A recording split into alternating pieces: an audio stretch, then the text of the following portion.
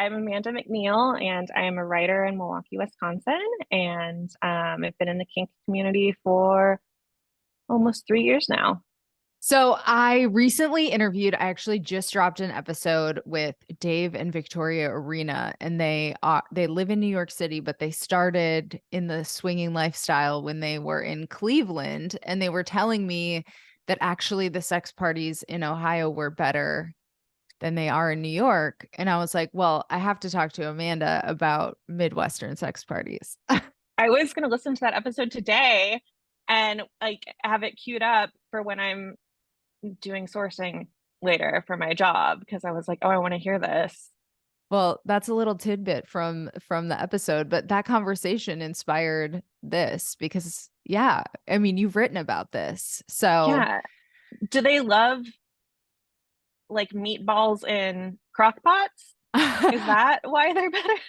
think the advantage is like more space Hmm. for these places in the Midwest and maybe just like they didn't say this, but maybe just like a less uptight vibe. I don't know. Everybody on the coast like has an agenda. Maybe that's part of it. The Midwestern alcoholism. Yeah. So, I guess let's start at the beginning of your kink journey. How did you start exploring it living in Wisconsin? Well, I was dating around and I started dating a guy who, for a multitude of reasons, could not have sex with me. Oh. And so I ended things with him and then overcorrected and joined FetLife and then kind of got involved that way and then met a friend at a sex party. We became friends. She actually hosted it and then started going to like community events and that sort of thing. But it initially started from some sexual dysfunction of someone else and then overcorrecting on my end. Is that FetLife like are you still active on there and that's like a good way to connect with all these different other I'd say parties it's and probably people? the best way to connect. I know with like more swingers, there's more swinger based sites that have more events and stuff for geared towards that. But I think FetLife is still a pretty good place to start.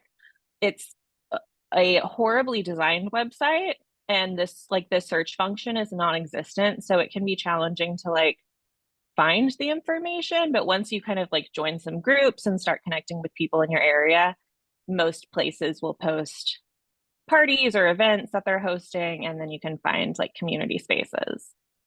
So tell me about some of these parties that you've been to. So I've only been to a handful. I used to go to a weekly munch every week. It was the biggest one in the city, and it allowed like limited play.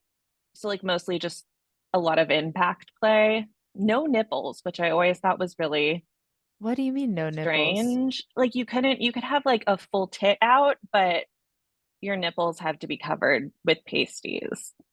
Oh, that's kind of a weird restriction. Just like a That's what I zoning thought thing or something. too. Well, that's what they said, but there's strip clubs in the area where you can have your boobs out. And it was like a private event where you had to know a password. Ah. So I don't know. I never really understood that, but it was strictly enforced. And then you went to a full-fledged one, right, that you wrote about for Inside Hook? I did. I've been to two in different larger cities in Wisconsin, and they're similar but very different vibes. So I think if you find one or like in your area and you don't immediately love it or think it's kind of weird, maybe try another because they're different from what I've seen. So give us like a little preview. I mean, So, most of these places, at least in Wisconsin, and I think Chicago too, although I don't have any experience in the Chicago clubs, they're essentially nonprofits and just run by really passionate people. And the way that they're able to get money for it and avoid like being considered a brothel is that it's a private club and you're paying for your membership. And then if okay. sex happens on the premises, that's fine, but like that's not the purpose of it, I guess. So you can pay to do a day membership. And then, of course, especially if it's like a more kink focused club, you get a list of rules and then also a tour, which is usually my favorite part. Tell us about the tour. Just, I mean, a lot of the times they don't approach it with any like, I'm like, if you're giving a tour, I want to see some like sparkle, you know, some gravitas, some charisma. They're just And like, the wet wipes are over there. Here's a yeah, or they're mattress. like, this is the medical room. This is where you're going to be if you want to have any, you know, blood play, or, you know, we'll hose it down afterwards. At one, they had a cake. And so I obviously thought it was Oh, for that sitting part was on. so funny. Yes. Yeah, he looked at me like I was the pervert for thinking that the cake at the sex club was for a fetish and not to be eaten. But apparently I'm the fucking pervert for He's even like, asking. if you want to take a piece and Yeah. whatever, like, He's fine, like, but but don't do that's the not whole what it's thing. here for. Don't just plot. I'm like, who wants to sit on a piece of cake? Like That's so that just, I funny. mean, I've never sat on a cake or any other kind of baked good, but I assume you want more surface area, right? So who's going to these things? Was it mostly couples, mostly single people? Who was there? The first one I went to, it was mostly couples and then also just people who were, and I drove into a different city. So I didn't really know anyone. I went with a friend, a guy that my friend had a terrible hookup with before came, and we ran into him and that was uncomfortable. But it seemed to just be people who were really active in the community or couples who were like going for the first time or regulars. So, and I think this is true to the one that I went to in Milwaukee as well. I think it's definitely they're better spaces to go to with a partner, or if you know a lot of people in your community already, but I don't know if it's necessarily like a good place to hook up in my Right. experience. So, and you just were with your friend, so you didn't necessarily get what you came for.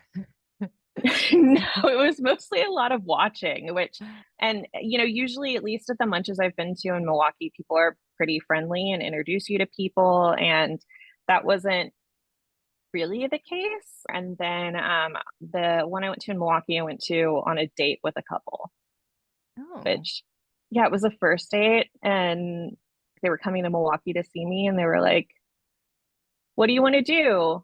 And they're like, how about we do something you've always wanted to do and something you do all the time? And I was like, okay, well then that's going to be like painting your own ceramics is something I always wanted to do, and then like masturbate and take a nap, which is what I do all the time. So we improvised and went to the local sex club, which I prefer the one that's in Milwaukee to the other one in Wisconsin for a was couple of reasons.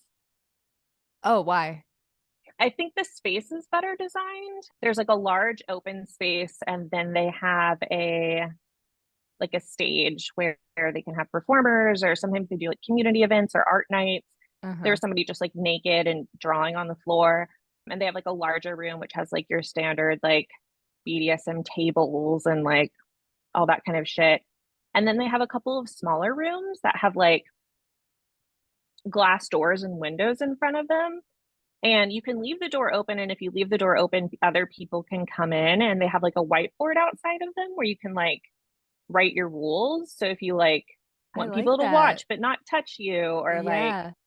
they can touch you, and like you can just have whatever rules so that you can be a voyeur. So even if they have the door closed, you can just sit and watch. And then they had another room that was just like a couple's room with a couple of different beds to where, but you had to have like a partner to go in there. And then they had a private room where they had like a little peephole so that the dungeon master could come and like make sure everybody's okay, and peek in and just make sure nobody's like dying, or you know, anything bad is happening. But it won't like disrupt your play, and you shouldn't notice that they're like coming to check on you to make sure that everything's okay. And I thought that having those separate spaces where you could have as much community involvement if you wanted was nice. Yeah, that space sounds amazing. Yeah, it just, I think, gives a really good, a lot of different opportunities for a lot of different play. They also have a hot tub, which Mm-hmm. is only, they have a lot of themed nights too, like a couple times a month is swinger night, a couple times a month is BDSM night. I mean, I don't think anything's really, I know the hot tubs usually only open on swinger nights, but I don't think anything else is like off limits during any of the other. It doesn't matter like what kind of night it is. Hot tub's only open for Syphilis Saturday. And Like you're not allowed to have sex in the hot tub. that's probably a good rule.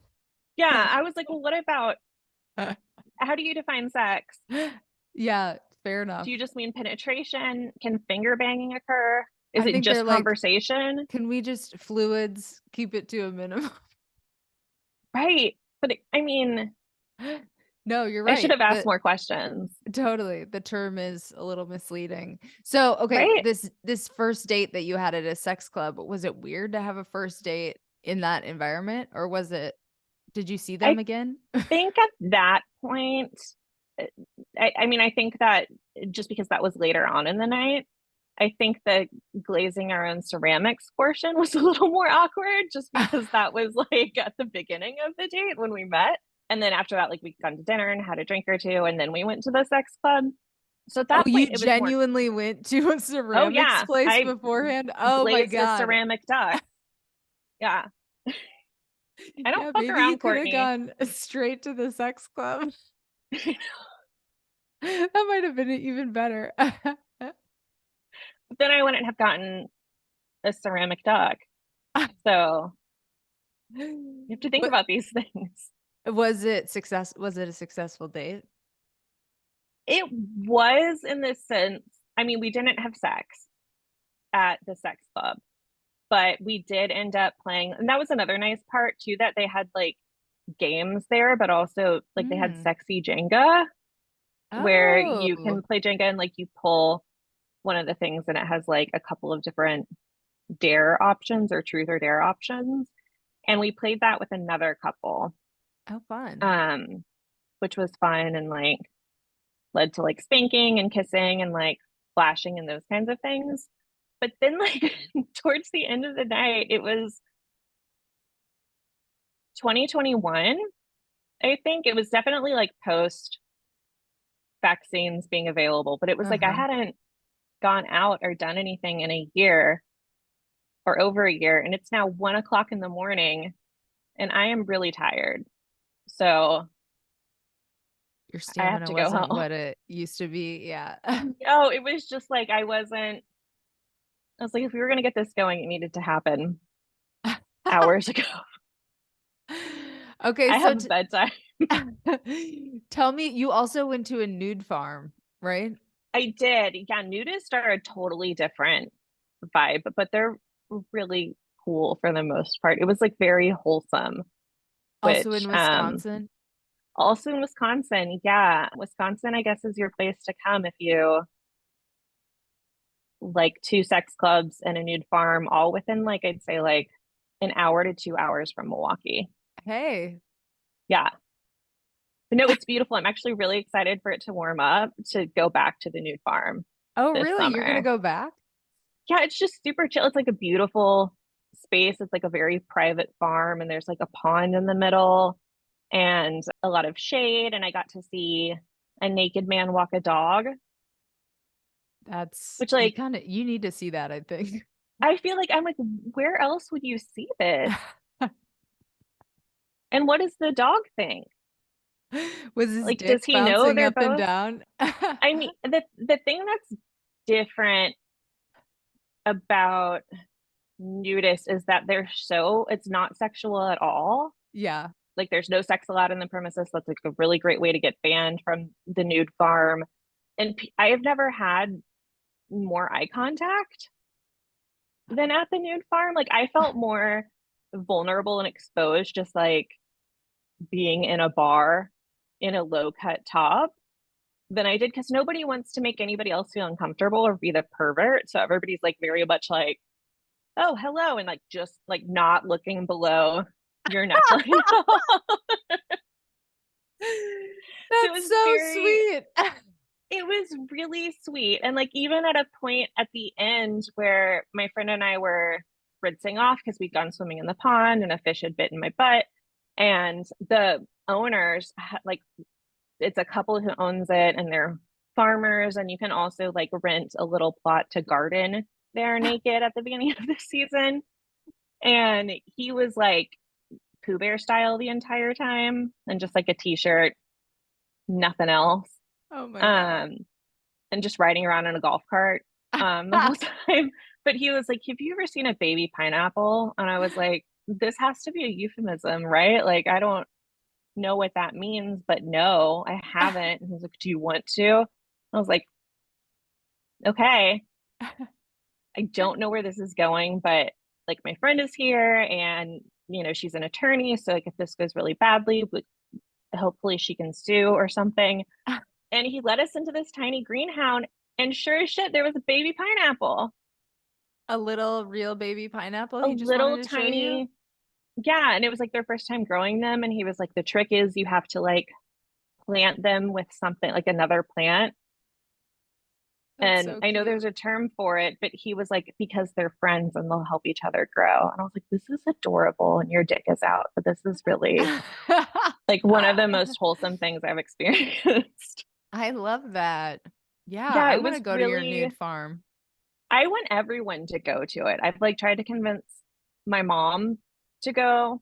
I'm like, I just think it would be good for you and like experiencing your body in a different way.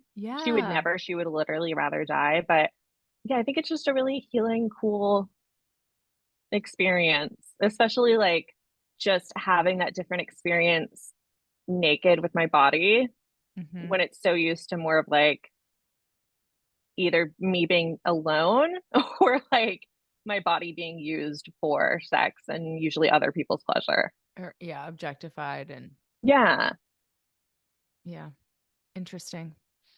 Okay, did we cover all this stuff? Is there anything else about kink in the Midwest that people need to know?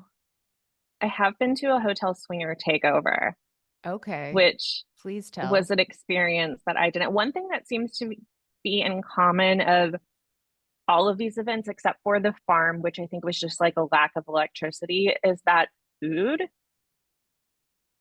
always plays a part. Like there is usually a potluck aspect, including the hotel takeover, which if you don't know what that is, it's where a group will rent out an entire hotel for a bunch of swingers to come over, and they rent out the entire hotel. You can have sex anywhere you want, like the pool, the lobby. This one was around Halloween, so everybody was dressed up and there was a DJ, which I was like, what did he think he was being hired for? And I wonder if he knew. like, what is he usually? Is he just like usually hired for like homecomings and bat mitzvahs? And then like he comes to this and it's just like shit faced adults with their tits out dancing and What making kind out of with each crowd other. was at what kind of crowd was at the nude farm and what kind of crowd was at the swinger hotel swinger takeover? I'd say very similar crowds. There was like a really wide range of age. I've heard that for the nude farm, opening up camping has kind of allowed like younger generations to be more interested, Oh. which I thought was nice. But there were people of all ages. And then at the hotel takeover, there was all ages. I mean, there was a group of elderly people, probably in like their 60s, 70s. And then there was also, I think, two or three couples that looked so young to me. I was like, are you missing prom to be here? Like, should you be Oh here? no. But they were probably at least 21, I imagine, but they looked really young. And then in Wisconsin, most of the events are primarily white, but there was a mix. And then people were coming from like all over. There were a lot of people coming from Illinois for the hotel takeover. And yeah, people of all ages. But that seemed like a very insular group. Like they Hmm. didn't really want to, no one wanted to talk to you unless they already knew you, Mm. which led to some really awkward moments throughout the night as my friend, who's very social and just wants to talk to everybody, was kind of constantly shut down over and over. Oh no. Isn't that the whole point? Is that you're That's gonna what I swing? thought. Well, I thought the whole point of this, and I've talked to a couple of different people who, as I've bitched about this experience, who were like, that's very Midwestern, and that just like, which I get, like if you're in a couple, there's two people who have to be comfortable. But I thought going to this, like, I am a unicorn. That would be a This is going to be bonus. my party, right? Yeah. Everybody's always looking for unicorns. Not that everybody's going to be attracted to me, but still. And yeah, I mean, it really, especially coming from like the kink environment where drinking's fine, but like if you're going to be playing, like you need to be somewhat sober. Uh-huh. And everyone was fucking hammered at this hotel takeover. Like they had open, like you go into different people's hotel rooms, and like one thing swingers love apparently are jello shots. Oh my God. I I got actually love handed that about them. I do too, but then I'm like, most of you are like, I'd say the bulk of the crowd was in their 30s, 40s, 50s. And so I'm like, I know that after a number of these, you're not going to be able to fuck anyone.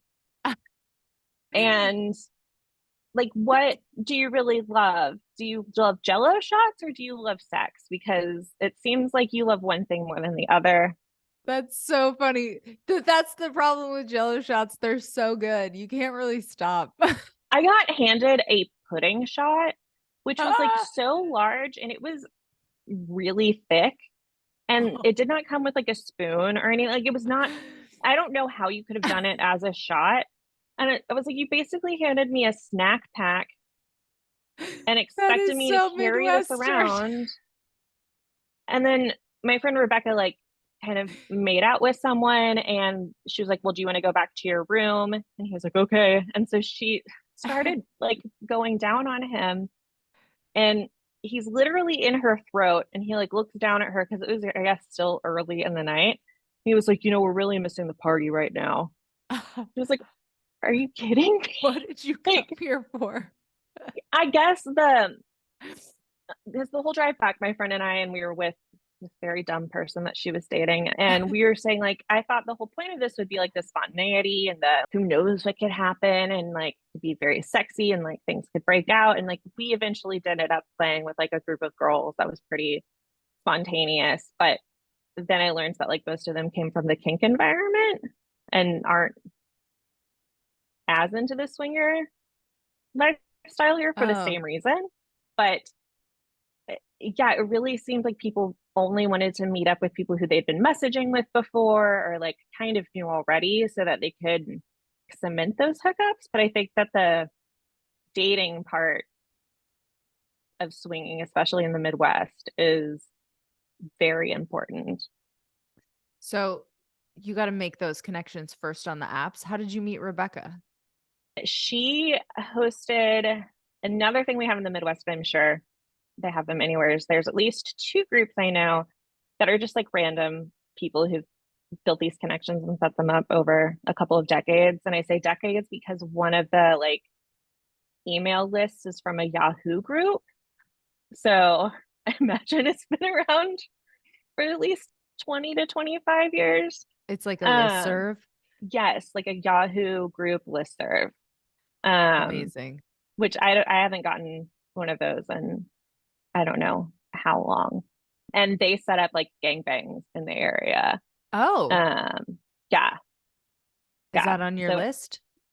well, that's how I met Rebecca. Was we were supposed to be at somebody else's house, and then like something happened where he couldn't host it at his house anymore because he had like his neighbors were swingers and they had hooked up, and then like I don't know, there was drama. Uh-huh. And so at the last minute, she was like, I'll have it at my house.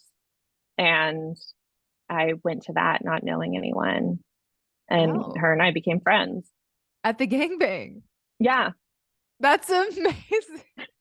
Oh my God, you have to write the essay. I met my best friend at the gangbang. Courtney, I've written about it partially in an essay that you've read, Oh, did but I only you? talk about how we came across one another and we were like on the same bed facing each other. And I hadn't really met her. Like when I first got there, the guy who like put the event together and was like the host wanted to make sure that like I felt very comfortable. And there was like two other women there. And he was like, I know this is your first time at one of these things. Like, feel free to be as dressed or undressed as you want to, like walk around, like don't feel like you have to do anything. If it makes you feel more comfortable, you can take this camera and like go and take pictures, and like the pictures are only sent to the women. I was like, what am I, like the yearbook photographer now of this? And he's like, if anybody makes you feel uncomfortable, like let me know and like we'll get rid of them. And so I walked past her and said like, oh, hey, but she was busy. And then we ended up on the same bed facing each other. And we were both being penetrated from behind. And I stuck my hand out and was like, it's really nice to meet you. You have a really beautiful home. Oh, I remember. I vaguely remember this, but that wasn't the headline of that essay, right? Yeah, no. But she was like, what the fuck is wrong with you? Like the You whole need time I'd wanted to be like, are these hardwoods original? And I was like, I know you can't say anything about our floors.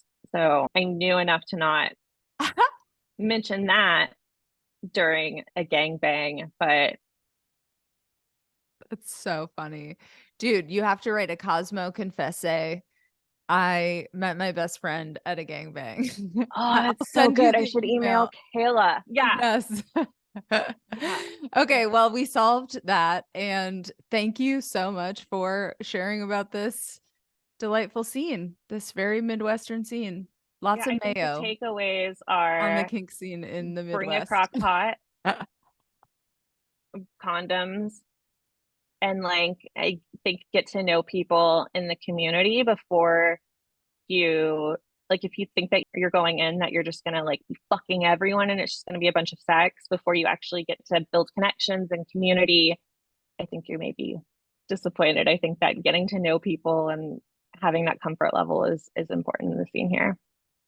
But you might meet a great friend along the You way. might meet a great friend who then you can take to all the other sex events and nude farms. She's been my partner in crime for all of those. So I love um that.